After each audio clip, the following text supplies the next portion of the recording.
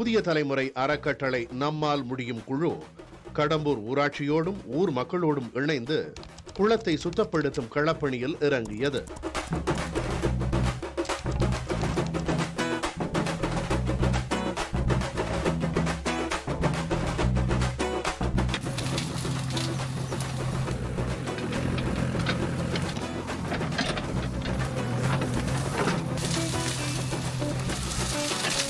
குளத்தை சுற்றி இருந்த சீமை கருவேல மரங்களை ஜேசிபி இயந்திரம் மூலம் அகற்றி கரைகளை பாதிக்கும் வண்ணம் இருந்த தேவையற்ற புதர்கள் மற்றும் மரங்கள் அகற்றப்பட்டன.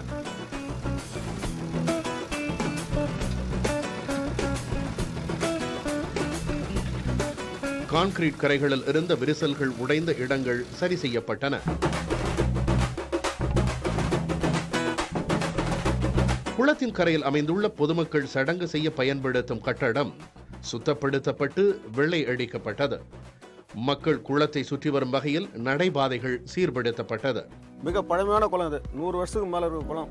இந்த ஊர் எப்போ தோன்றதோ அப்போ உருவான குளம். பராமரிப்பு கொஞ்சம் கம்மியாக இருந்து இப்போ உங்கள் அறக்கட்டளை மூலமாக இந்த குளத்தை செம்மைப்படுத்தி நல்லா அழகுபடுத்திடுறீங்க. ரொம்ப இந்த குளம் தான் இந்த பகுதியோட மக்களுக்கு நீராதாரத்துக்கு வந்த குளம். இந்த குளத்தில் இருக்கிற தண்ணி தான் எங்கள் எல்லாருக்குமே நிலத்தடி நீராக இருந்து எல்லாருக்குமே வீட்டுக்கு உபயோகத்தெல்லாம் பயன்படுது. இன்றைக்கி இந்த குளத்தை சரி பண்ணி கொடுத்தாலே எங்களுக்கு ஒரு நடைபாதைக்கும் சிறுவர்கள் விளையாடுற இடமாவும் நல்லா ரெடி பண்ணி கொடுத்துருக்கீங்க.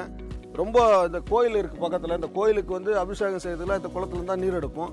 ரொம்ப இது இன்றியமையாத பணி. இந்த பணி நீங்கள் செஞ்சு கொடுத்தது இந்த மக்களுக்கு இன்றியமையாத பணி.